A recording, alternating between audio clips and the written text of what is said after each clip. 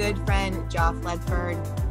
He is also in sunny San Diego, but we are on other sides of the park, Balboa Park, which, you know, in the whole area of San Diego, it's like another world away, really. We're like a whopping 3 miles from each other. Anyway, I'm very excited to have him on the show today because, one, he's a good friend. His wife is a very good friend of mine, Nikki Ledford. They have a little boy named Atlas who's friends with Magnus, I think. Like, the little boys below too. I don't know if they like actually know each other or hang out, but they do things together that seem fun, and they're having fun. But I've gotten a chance to work with Geoff as well as get to know him, and his story is quite incredible and the things he's had to overcome. So I'm excited for all you listeners to listen to his story, because guaranteed one of you out there, if not one or more, is going to be having a similar situation with the medical industry, and not knowing where to turn and maybe struggling mentally with their condition. So with your condition. So with that being said, I want Geoff to explain more about his condition and like the ups and downs of it. But we have to start this thing off with an icebreaker. So, Geoff, I want to know, by the way, welcome to my new normal. Thank you. So I want to know, and he just celebrated his 39th birthday. 39th, yep. Yeah, Well, actually, it was my 25th birthday for the 14th time. And he had a piñata. I've never been to an adult birthday party with a piñata. How'd that go?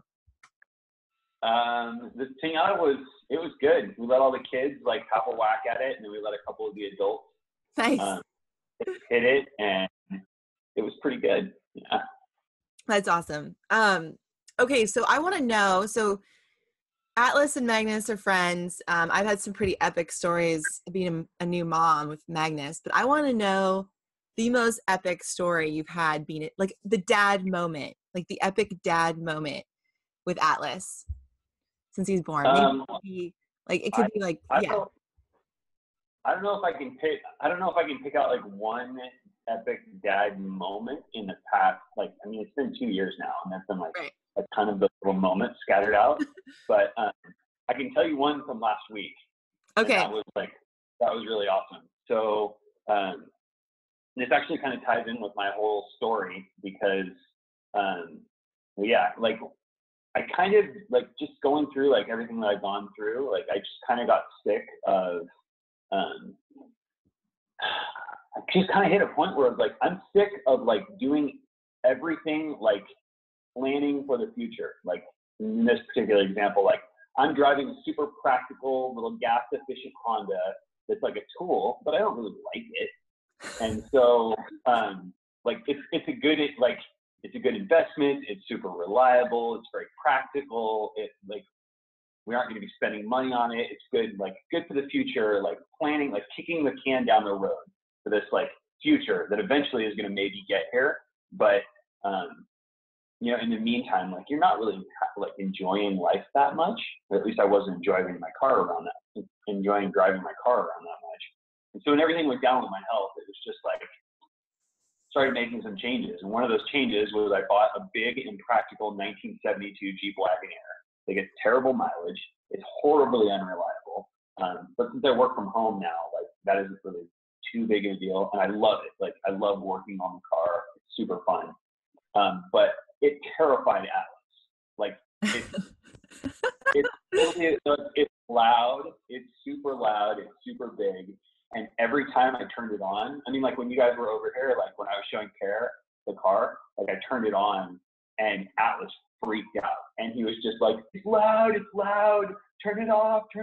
I'm like, I'm scared, I'm really scared. And so last week, Atlas just started going to daycare. And last week, Nikki was coaching. My wife is a CrossFit coach, and she's also a nutrition. She's a private chef. She does nutrition. She's Chef like, Nikki. Chef Nikki. That's actually how you guys became friends, I think, partly. But so Nikki was coaching, and so like I had to take Atlas to daycare. And since I had to take him to daycare, that means I have to take him to daycare in my truck, which is like, I'm like, oh no, like I'm going to put him in the car. I'm going to put him in his child seat, turn on the truck. He's going to freak out. He's going to lose his mind for 10 minutes or whatever it is, driving to daycare. And like, and I was seriously dreading it. Like that night I was thinking about it, putting Atlas's car seat in, and it's like, oh no.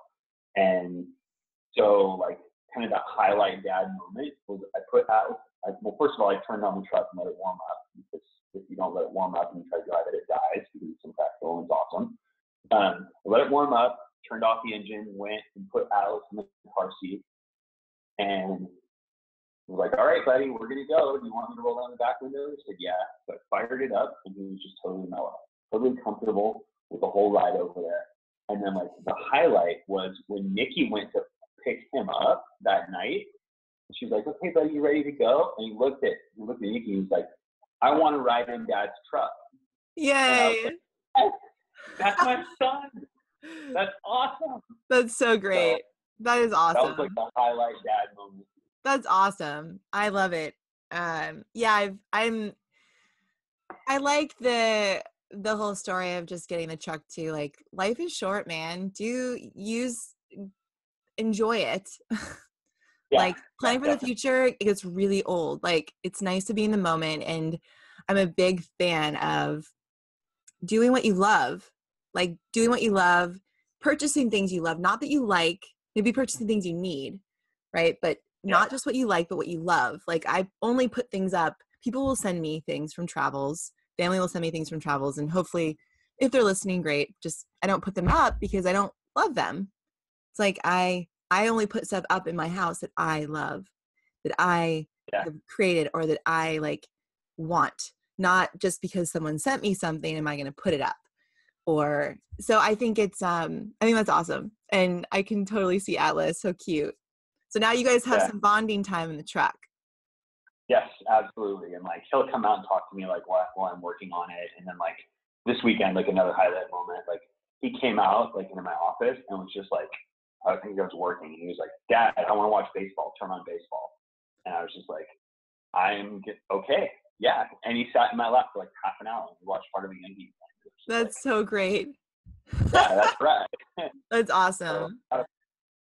Well, I definitely have some pretty epic Magnus moments too. I try to keep a little journal of some of his amazing things. He's just putting 2 words together now, so everything's big something. Big ball, big book, big couch, big shoot, big banana. Big banana. Like, it's cute. All right, so let's get into some of the bread and butter here. You're a dad. You have your own business. Is that correct? Yep. All right. And what do you do for your work?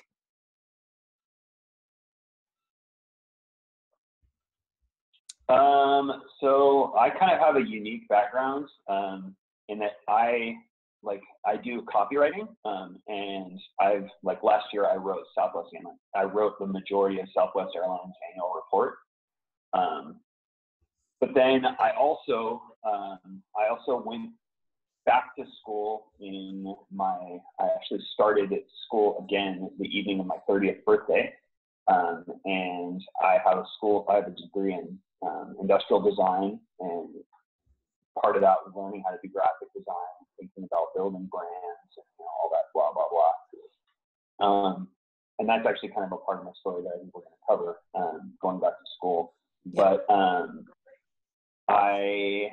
so it kind of puts me in a unique position, because like I'm a pretty good writer. I'm not the best writer in the world, but I'm also a pretty good designer, and kind of that 1-2 punch is kind of unique. Like, a lot of people don't have like my particular brand of skill set. So I kind of service a small stable of different clients, and yeah, like I've been blessed in that I kind of can pick like the projects that seem interesting to me. Yeah. And that's been really, really amazing. But that's also kind of part of my story too, because I was working like a stressy like agency, and like working way, way, way too much. And that was another thing, like just like my car, it's just like I can't do this anymore. Like, Right. this isn't important, like, in the long run. Like, I want to be at home spending time with Atlas. I don't want to be like working 13, 14 hours a day away from the house. Yeah. Like, something needs to change. And it was scary, and some things kind of like precipitated that change. But yeah, it's worked out better than I could have even imagined. That's awesome. There's a lot of good things in there. I mean, taking a leap of faith to start your own business we could probably have a whole separate podcast on that. Because it is scary. I've been there. But once you do it, and it's not easy, it's not like you decide to start your own business and everything falls into place. It takes a lot of work, but there is a lot of freedom in it. And but I want to, since this is a big part of your story, and when I first started working with, for those listening, when I first started working with Geoff, he was dealing with a medical condition that really was going unanswered. And since I work a lot with adaptive athletes, those who have all kinds of different diagnoses that affect them physically as well as mentally, I agreed to be able to work with Geoff because, as a PT, I don't diagnose anyone medically. I'm not actually legally able to. However, I can look at someone's physical nature and the physical nature of everyone. We're designed to move. So I can look at your mobility and movement and see where there's needs to be improvement. However, PTs are also great. We're in a position now where we can screen for other things. So if there's other systemic things going on, we can, refer to other doctors and specific doctors for various conditions. But Geoff was an interesting case because he came to me with being basically a master of his own condition, which there's a separate podcast that I did about that. Like, you have to be, and everyone listening who has a condition should be a master of themselves, because you're ultimately the ones advocating for yourself in the system.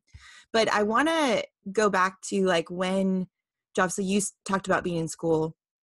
You were in school and you started when you were 30, going back to, it was an art institute? Correct? Art Center College of Design in Pasadena. So yeah, there's only one.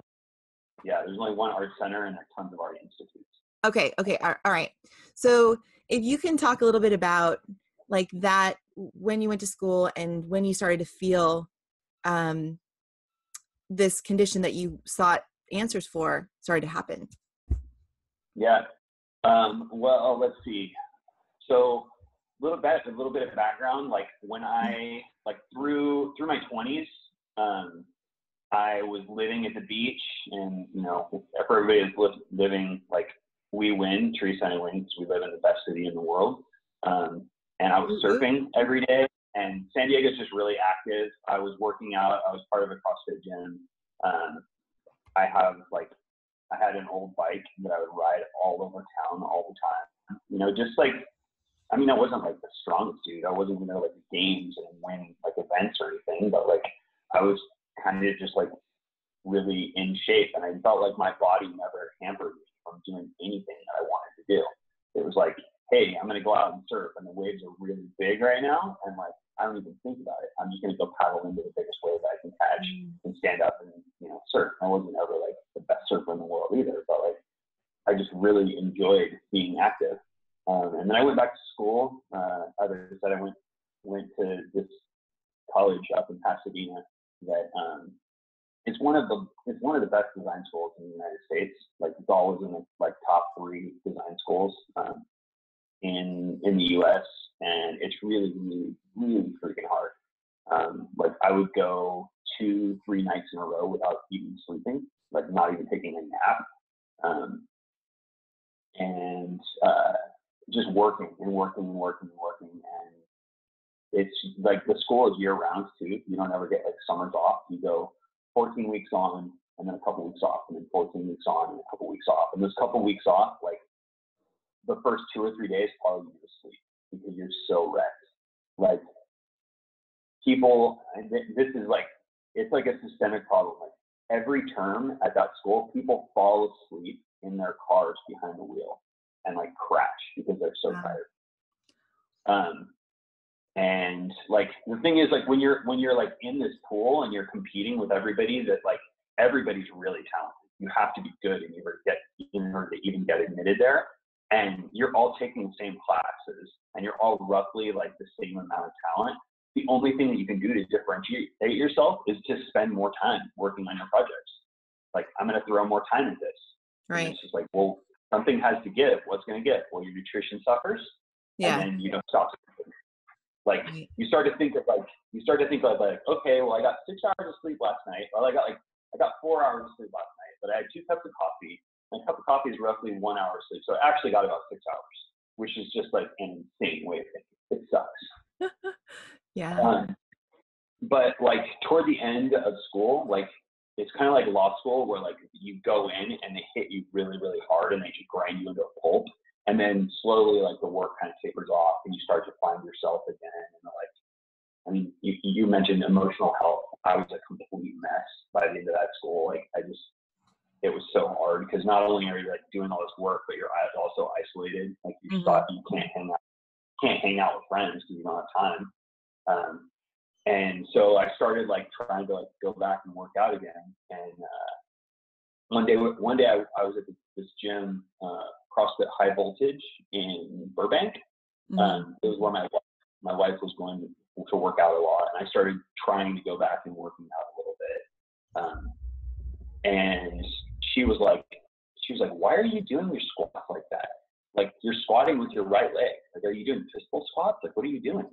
And I was like, I mean, I wasn't even going that heavy. I just threw some weight on. I was doing some back squats, and I was like, what are you talking about? And she was like, no, like, so we went in front of the mirror, and she was right. Like, my body was just naturally starting to like compensate a shifting all my weight to the right, and my back was all twisted around. You know, like, you're squatting and moving, like your body starts to like do weird things to compensate.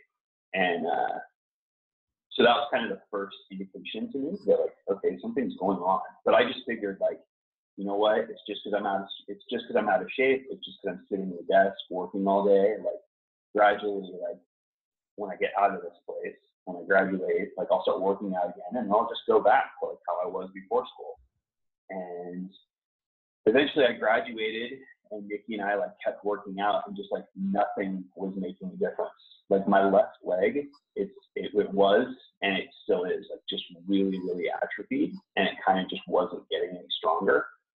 And I was out surfing one day, and I went to do a cutback. And if anybody's ever surfed before, like, the way you turn a surfboard is all off of your back foot, and my back foot is my left leg. And so I was out in front of this wave, and I went to do a cutback to like get back into the wave. And when I put my weight on my left leg, like, I just rolled off the back of the board. Or like trying to like ride a skateboard, like push down, like kick down the street. Like, I would go to like kick my leg, and like I would literally, like, I remember trying to ride a skateboard, and I went to push, and I literally, like, my body just crumbled, and I fell on the ground, and it was like in the middle of a work day, and I like ripped up my jeans. I was super pissed because I loved those jeans. But like, all these things were happening, and I was just, I'm not getting any stronger. Like, what's going on? Right. And a couple of my friends that I was out surfing with, they were like, dude, like, it looks like something's wrong with your body. You need to go get that checked out. Like, because they watched me like fall off the back of my board when I was trying to like turn. And they're like, you need to go get that checked out. It looks like you have like some kind of nerve damage or like an impingement or something. And so I went and I saw a physical therapist in San Clemente, where I was living at the time. And we treated it as if it was like some kind of like impingement, which is really like what we thought it was, because you kind of go for the low hanging fruit first. She didn't like prescribe anything, but she found like in doing like exercises, and I was like really regimented, like that I wasn't getting any stronger. Like, I would do like exercises to get my build my left leg back up, just, you know, and nothing made any difference. So she finally sent me to a neurologist, and that was the beginning of kind of my bout with the medical system, because I went to a neurologist, and that was like the first of several dead ends that I ran into. So I guess I'll just pause there in my story for a second. That's just a little bit of background. Yeah, no, I think, so you notice, so as you're going through this program, and I know other people can relate, whether it's a job or a school or military training, just the need to succeed and get through it, and you'll do whatever it takes. And during that time, your body shutting down, essentially, but shutting down in a way that physically. So, and it was one side, correct? One side of the body?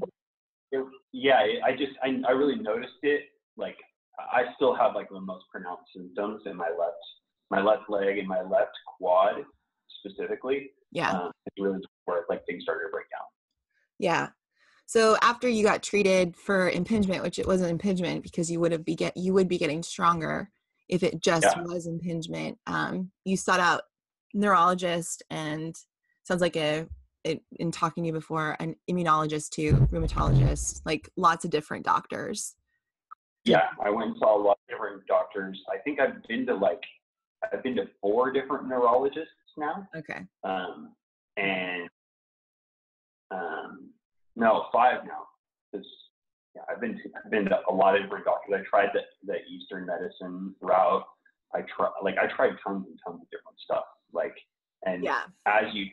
As you said earlier, like, unfortunately, like, in the medical system, like, you have to be your own advocate.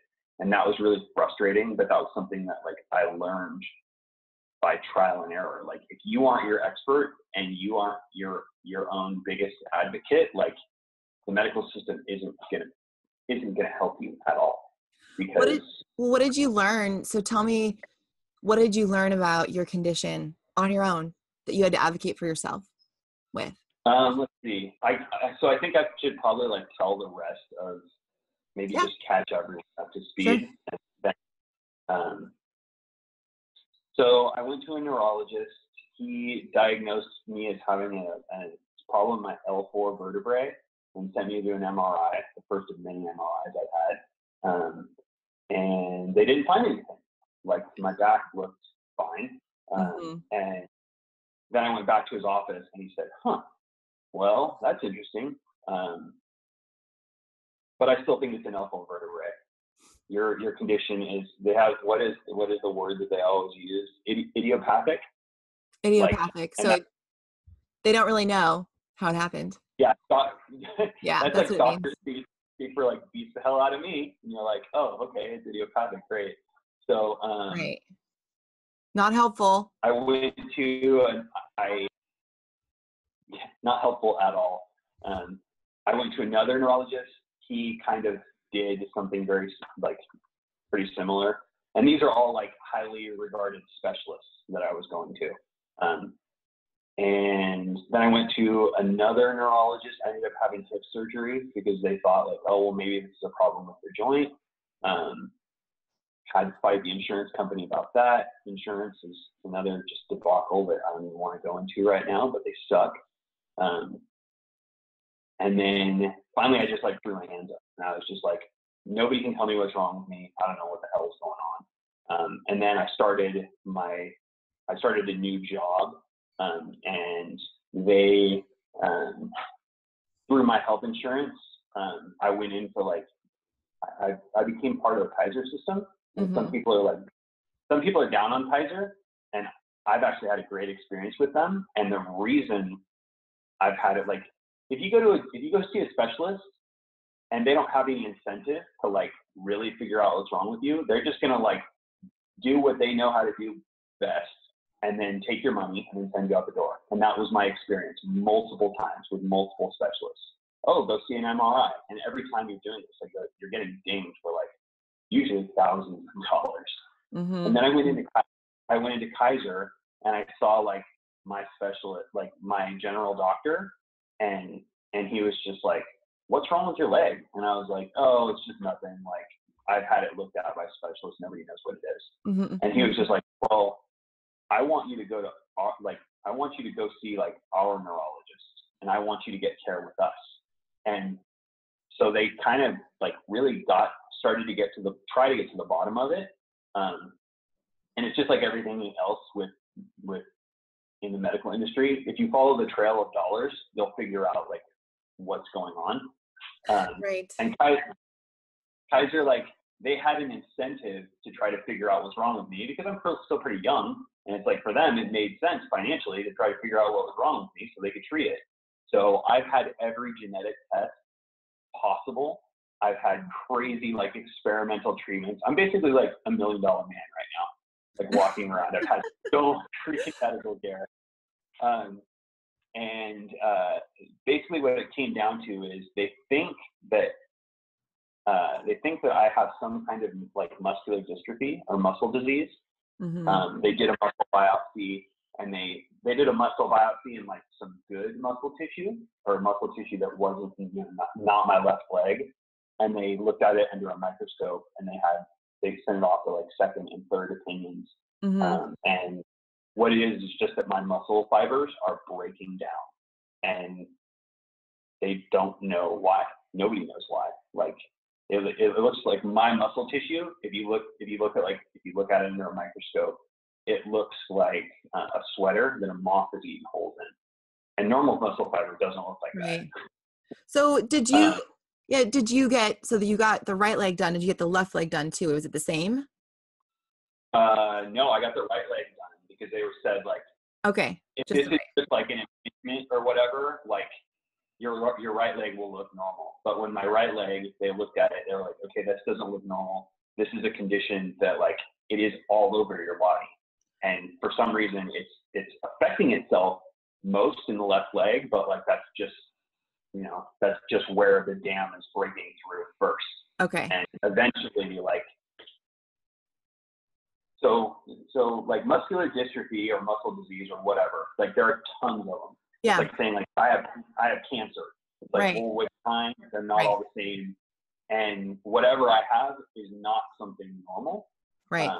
And so they don't even have a diagnosis for what I have. Like, we know it's a muscle disease. We don't know what kind. We don't know how it's going to progress. Right. But that's the best we can tell you. And this is after every test that they could possibly run on me. Like, there aren't next steps because they've already exhausted them all. So, so they have basically they've given you this general term that potentially could be what's going on, but they don't know definitively. It seems like the most likely thing because they just don't know what strain it is or how it's going to affect you over time. But so there's this diagnosis, right, which is this looming diagnosis of muscular dystrophy, which is scary. And I think when I started working with you last year, that was the condition. Even after getting some work done after I'd seen you, that was still the consensus. But what was it like getting that diagnosis, like for you? And oh my God. Yeah. It's like you have those kind of like points in your life, like where certain things happen and like you remember like in vivid detail what everything is. And I remember like that. I remember getting that email like when I got back the results from the muscle biopsy and hearing like the words like muscle disease and degeneration and muscular dystrophy. Like that was, like the doctors, they're just like, okay, well, hey, you have muscular dystrophy. So that's what we found out. Cool. Thanks. We're off in 2 weeks. And you're just like, are you kidding me? Like, what does that even mean? Like, what? Yeah. Like, pretty young, healthy dude. And like, I just had my first son. What do you talk like? I think at that point my wife was pregnant. I don't remember exactly. Yeah. But I remember like I was sitting at my desk at my office. I was working at this place up in Encinitas. And I remember like running out there. My office was a couple blocks away from the beach. And I remember like running out into this like alley and just like losing my mind, just like weeping, which, I mean, that sounds like the least manly thing that I possibly could have done, but I was so scared because it was like, I have muscular dystrophy. What does that even mean? And if you Google muscular dystrophy, like there's some muscular dystrophies that's like your muscles start breaking down. Eventually it spreads to your whole body. then it gets into your hearts and your lungs. Yeah. Your muscles stop working there, and then lights out. Like, you're done. Yeah. And like, I remember reading that and just being completely terrified. Dr. Google so, sucks. Yeah, I think Google's terrible. More information is great, but it's also, it has its dark under. Yeah. So you had this moment of like just being terrified, which is not uncommon when you get a diagnosis like that. And Yeah. for those people listening, most of our audience is people who have a loved one or themselves have a condition that is kind of irreversible. It's like permanent. And there's a element of like that, what it does to them initially, that like, I've been told I can't walk again. I've been told I have this kind of brain injury or muscular dystrophy. So you have this moment of a low, an intense low. And then after that, like, well, of course, there's the family aspect now too for you. Your family is affected by this. So what was, after getting this diagnosis in the period of lowness, like what helped you kind of come to and take this thing head on like you've been doing? Well, I mean, it was kind of, as with a lot of things in life, there isn't like a moment where you have an epiphany and everything changes and everything gets better.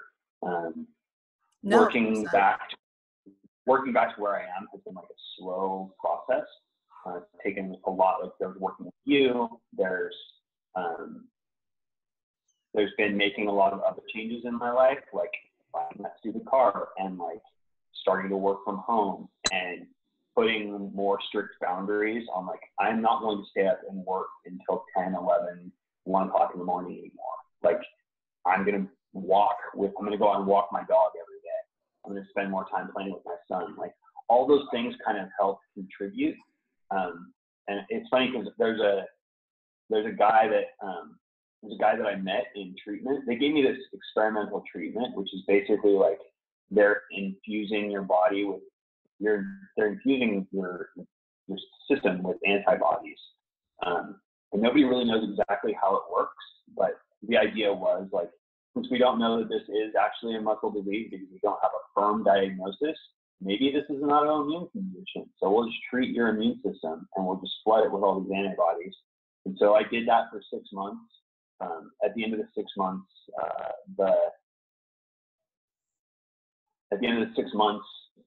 my creatine kinase levels, which are the levels that indicate muscular like degeneration in your blood, my CPK levels were higher than they've ever been before. And so it was like, well, we just spent thousands of dollars on this experimental treatment. At the end of it, things were actually worse. So we're not going to do that anymore.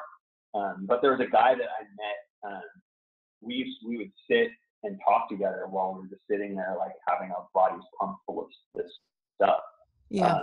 And I met him yesterday in a bar. We watched the end of like one of the football games, and he's gonna go to the mountains, and he doesn't know how to fly fish, but he loved hiking, and because of his condition, he can't really hike that much anymore.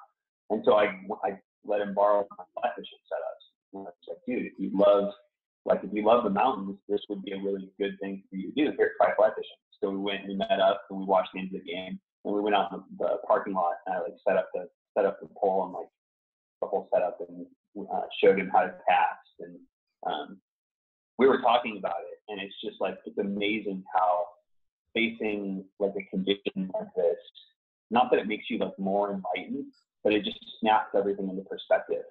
Like, okay, work isn't really that important anymore. Like, Yeah. Which is something that, like, Yeah. you think it sounds so stupid, but like, because the stakes are all of a sudden elevated, like it helps you really, like, okay, you know what, I'm gonna, instead of just saying that this is what I believe, I'm actually gonna start really living out what I believe. You know what I mean? Yeah. I mean, you don't fuck around anymore. There's no, it does. Like I just interviewed a woman who has stage 4 breast cancer, Like she has a timeline, and that Yeah. timeline is not very long. And I hope for her, if she's a 4-year-old, you know, like we talked about death, and everyone should be thinking everyone's going to die. Really. It's a matter, we don't know if we have tomorrow. We don't know if we have next year. So what is it going to take for you to change your life? And there is a lot of beauty that can come from the suffering, right? Like it's, for you, perhaps this is what it took to change.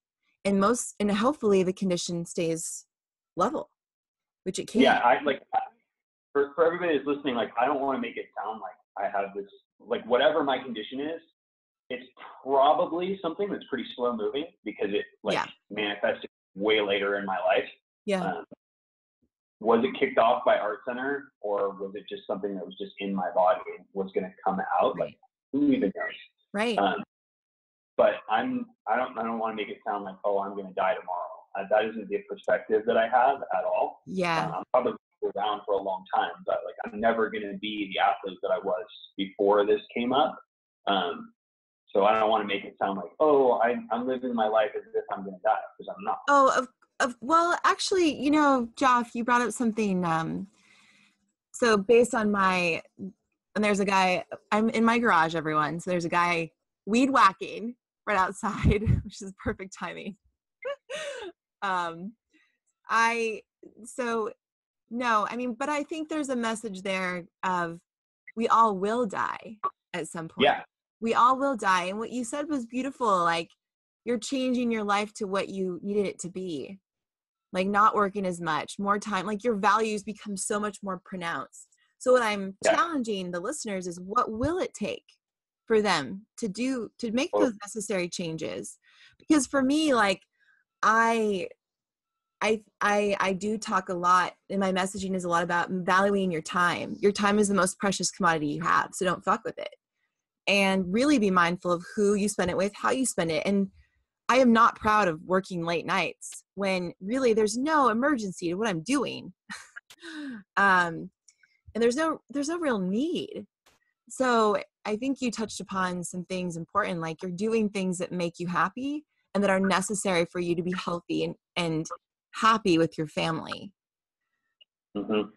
And you also, but you also touched upon some things about just you didn't say this, but it sounds like with the diagnosis, it's less of the focus now and more on how can you make your life as healthy as possible now. Yeah, definitely.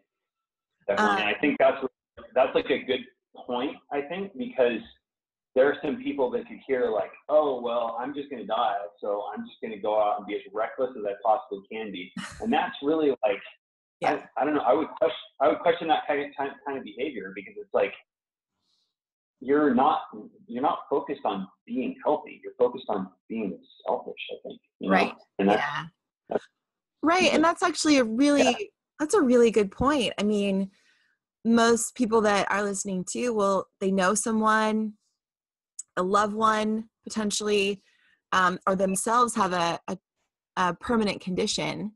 And like, what being reckless isn't going to do anything for you, but choosing to be healthy will, and it will help other people around you, because that recklessness isn't going to decrease your suffering. It's only going to increase it. Yeah. The things that decrease suffering are choosing to have a healthy lifestyle and helping others, right? Like you tending to your family and being there for your friend, and, just helping people if they're struggling with the same thing, and that's the way I feel with this podcast. In a way, it's like my way of helping people reduce their suffering by just realizing they're not alone, and realizing like there is a way to be healthy and not necessarily happy 100% of the time, but like there is a way to be healthy, and it comes down to choice. Like we can choose, you can only adapt so much. Like your body, based on your lifestyle and the way you're choosing to live, like will adapt, and it'll be as healthy as it can be. But there is a choice that you make to like live optimally in this new normal. Like you mentioned, you'll never be in the kind of shape you were before. and I will never be, so as a new mom, like this is a kind of a new normal for me too, as a new mom. Nikki's a new mom, you're a new dad. Like that's another version of a new normal. But like, I hear a lot of moms saying, I want to have the body I used to have. It's like, you never will. You'll be different, but you can still be in shape. It just won't ever be the same. And like when I'm 40, my body is going to be different than my 30s. So if I'm always wishing I'm like my 30s, I'm going to be sad.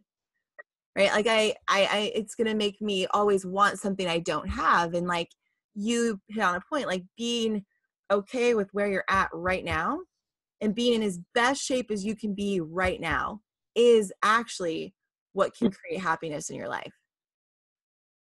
Yeah.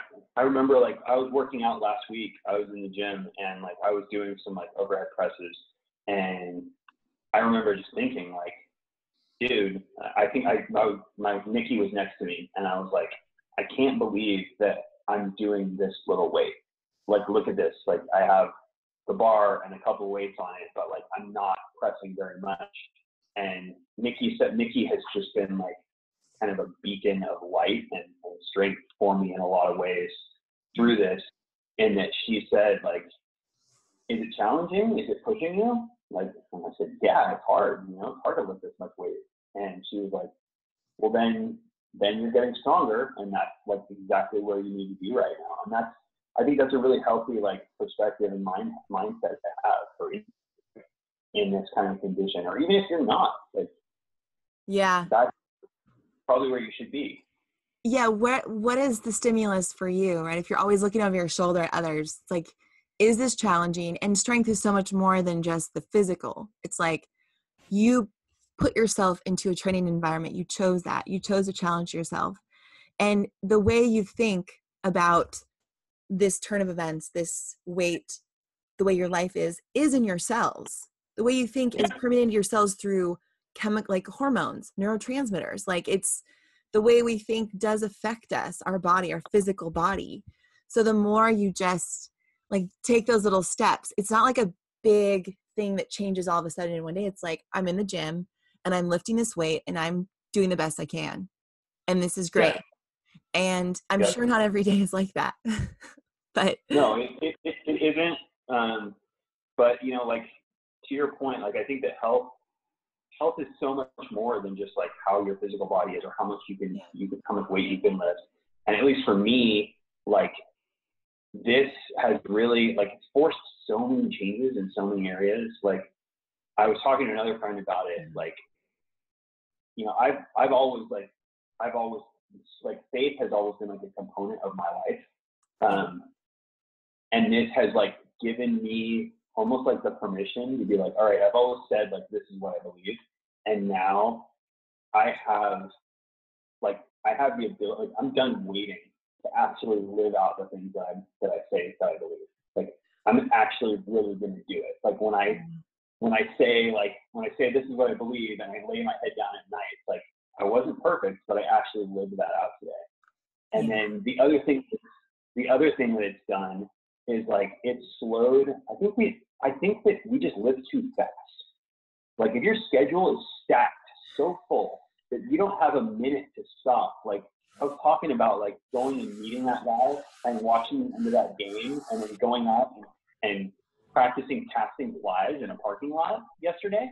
Like 2 or 3 years ago, I would have been too busy to even like have room to make that happen.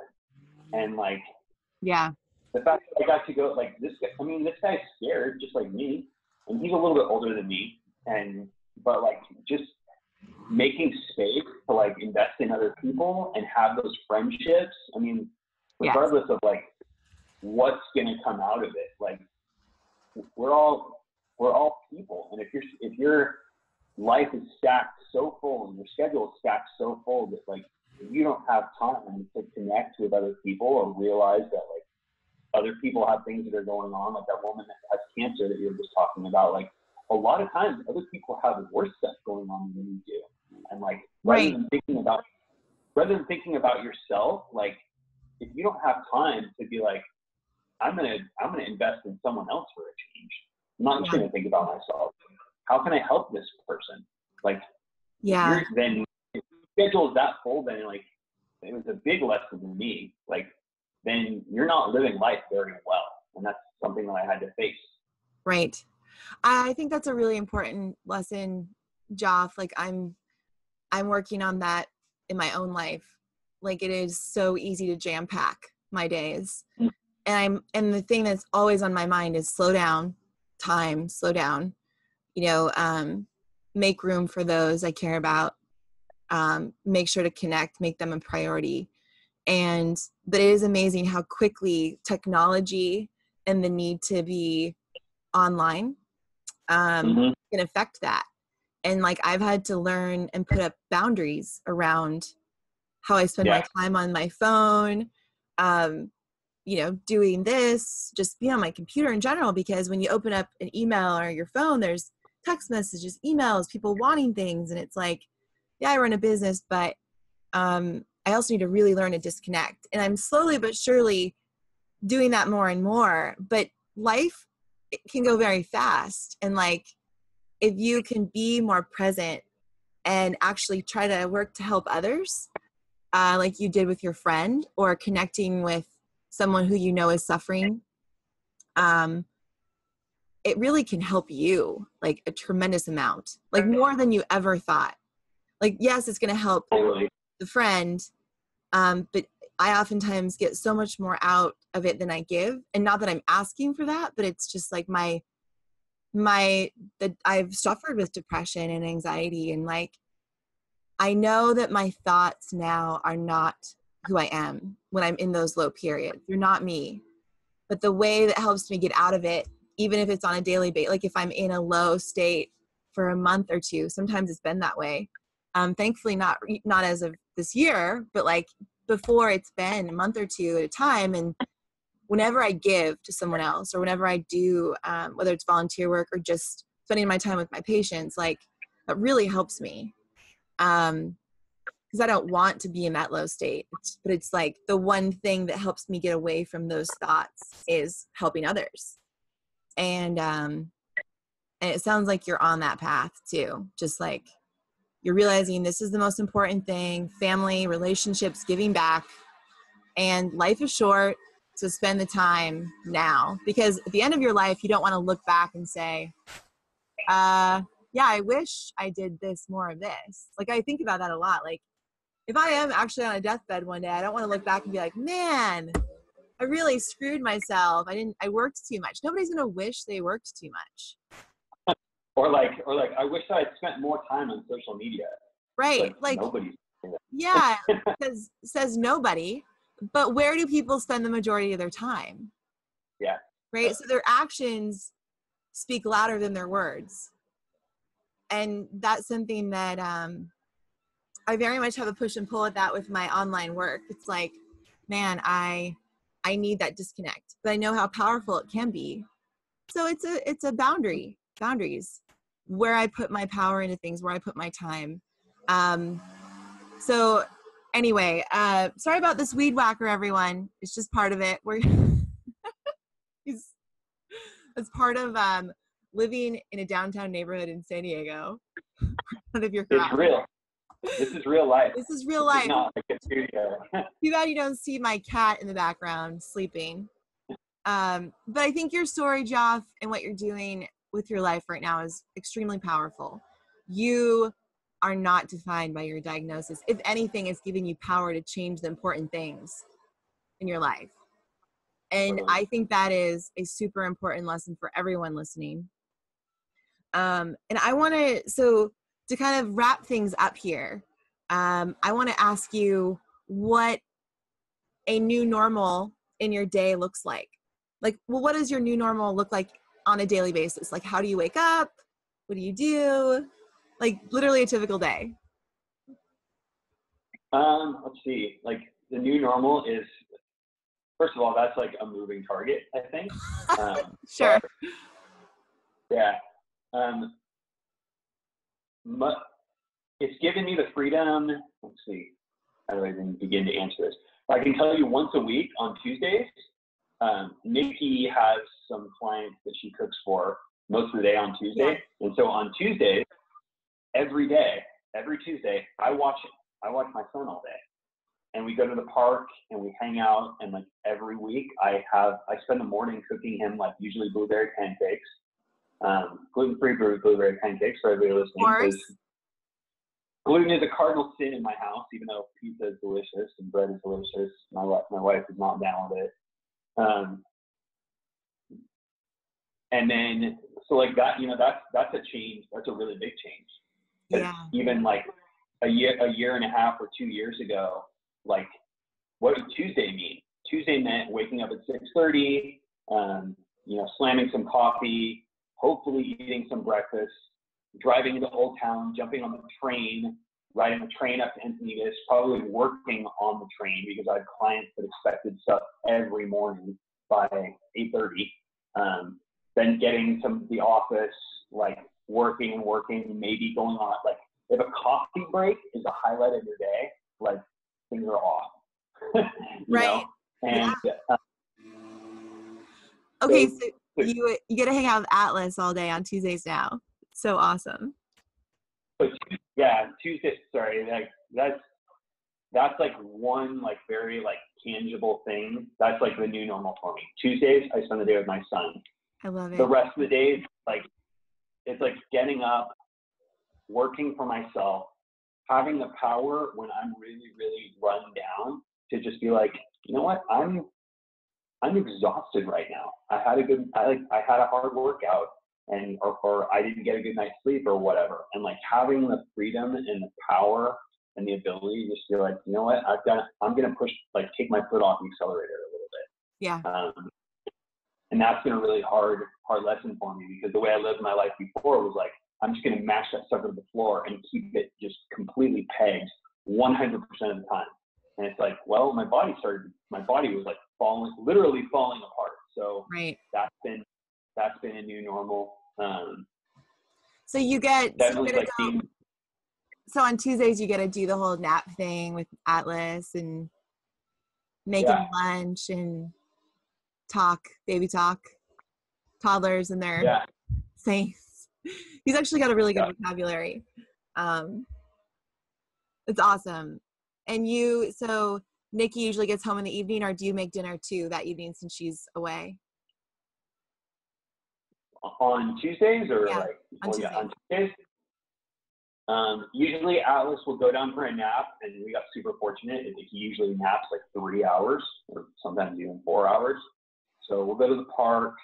I usually walk at least 5 or 6 miles a day now. That's another thing that like it changed, like just being physically active and not in a way that like you're stressing the body out. But like I'm gonna go out and walk with my dog, walk with my son every day. Yeah, that's the new, and it's slow paced. I think I was talking to a friend of mine yesterday about like kind of, you know, there's the whole like slow food movement, like food that is cooked slow tastes better. Well, like I think there should be like a slow life movement. Like you're online 24/7 and you're living your life with the accelerator pedal just mashed all the way to the floor. Like, why? What's the purpose? Right. You know? I like it. I think that's a really good theme. Hashtag move slower. I mean, honestly, when it comes to training, I've like actually and I want to ask you, the last question is about functional fitness, but I enjoy moving slower too, just in my workouts. Like I like high intensity, but you can be high intense and move slower. I like to be very methodical about my movement, very methodical about most things I do. And it's like, when I'm rushing to the workout and rushing through a warm up, cool, it's not fun for me.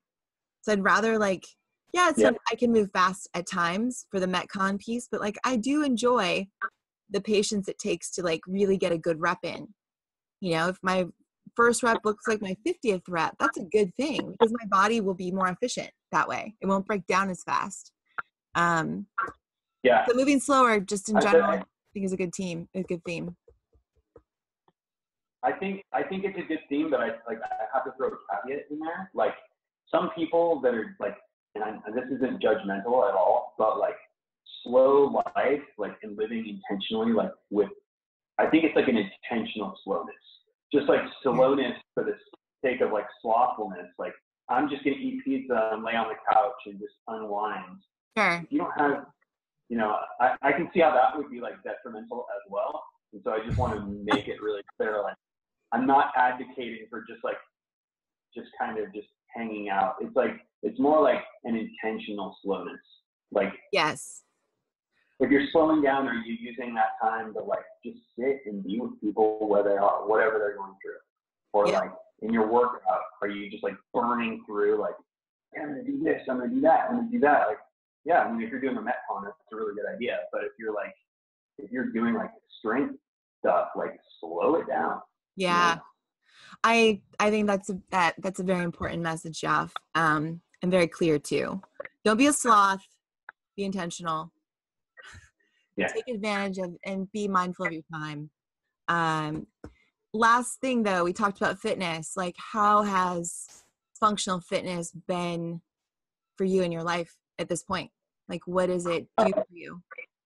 It's totally different. Like, well, it's different than it was. So I had one of the best conversations I've ever had with an actual doctor. I don't want to make it sound like I'm down on doctors. Doctors are awesome, and they Sure. provide services that are great. But I had one of the most honest conversations that I've had with a doctor in a long time. And this was about maybe 6 months ago. And I was in the middle of my like infusion therapy, and he just said, you know what, if this doesn't work, like this is kind of like we can't really do anything else for you. And I would just encourage you, like, don't live your life letting doctors tell you like what to be afraid of or what not to do. Because like if you go to like the Muscular Dystrophy Association website, they tell you like don't lift weights, because if you're lifting weights, then you're intentionally breaking your muscles down. And if you have a muscle disease, that's like throwing gas on a fire. It's the worst thing for you, because your muscles are going to be built back up and they'll be problematic, and you just want to like slowly maintain things. You want to walk, but don't lift weights. Lifting weights is horrible. And this doctor was just like, you know what? Just listen to your body. Like, if you're lifting weights and something hurts, or if you're lifting weights and like it feels like you have rhabdo, right. like don't do that.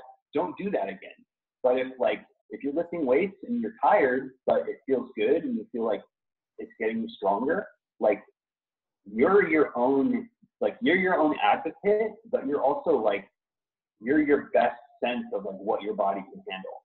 So that's kind of like where functional fitness plays a part in my life now. Like I've been working, I was doing all the corrective exercises that you gave me. And just recently I like started getting back into doing like full on logs.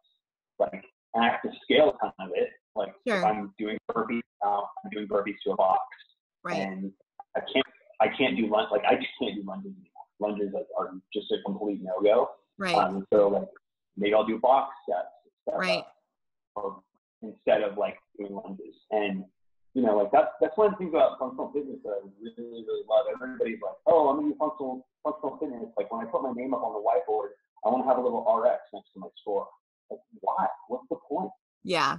Like, listen to your body and scale things. And, like, as long as it's hard for you, which doing workouts for me really is now, like, as long as it's hard, as long as it's helping you get better, then it's serving the purpose that it's supposed to serve. Right. That's a good message. And anyone listening maybe that has the same condition, good to talk to your doctor and about it, and be like, have an honest conversation about it, especially if you're worried about it. There are certain conditions like muscular dystrophy, MS even, that you have to think about your environment, heat, weights. However, we have to move. Movement is life. So there's another condition, myasthenia gravis, right? It's a common one where don't do anything. You're going to be tired if you do work, if you do lifting weights, if you do fitness, if you do aerobic work. Well, you need to have some semblance of that in your life to keep your heart healthy and mentally keep you healthy. And movement is part of life. So be smart about it. And also, the one benefit I think too for people who are not already doing fitness is that it helps you connect with your mind and body. Like, it really does. Like, you start to learn where your weaknesses are. You start to learn where your strengths are. It helps you get out of your comfort zone. And even if you're to just do something body weight, it will help you get out of your comfort zone, because you're stressing your body and your mind at the same time. So, but again, it's good to be the master of your condition, like we talked about. And actually what we talked about in Max Conserva's interview that we did last week, it's be the master of your condition, have those honest conversations with the doctor, and don't let them scare you into not being active. It may not look like CrossFit for you. It may look like something else, but that's okay. You still should be active. So with that, I want to end this. Thank you, Geoff, for being a guest. This was awesome. Appreciate your time so much. And if people want to get a hold of you, what's the best way to do that? Oh, geez. Well, kind of like to your earlier point about like managing things. I used to like part of working in an agency, like I managed social media channels for like some businesses, some pretty big businesses, and I got sick of it and I threw the towel in, and like I am not on social media at all. So if anybody wants to get a hold of me, the most easy way to do it would be just email me. And my email is Geoff Ledford, and that's GeoffLedford @gmail. That's like pretty much the only way you can do it. I like it. And amazing. And if the other thing is, if people don't expect a response right away, like we live in a fast-paced world, but I do not respond to people's inquiries right away. So respect Geoff's time, respect your own, and know that it might take time for a response if you get one at all. So thank you, Geoff. Really appreciate your time. We're going to sign out here. Everyone have a great day. Sunny here in San Diego. Take care.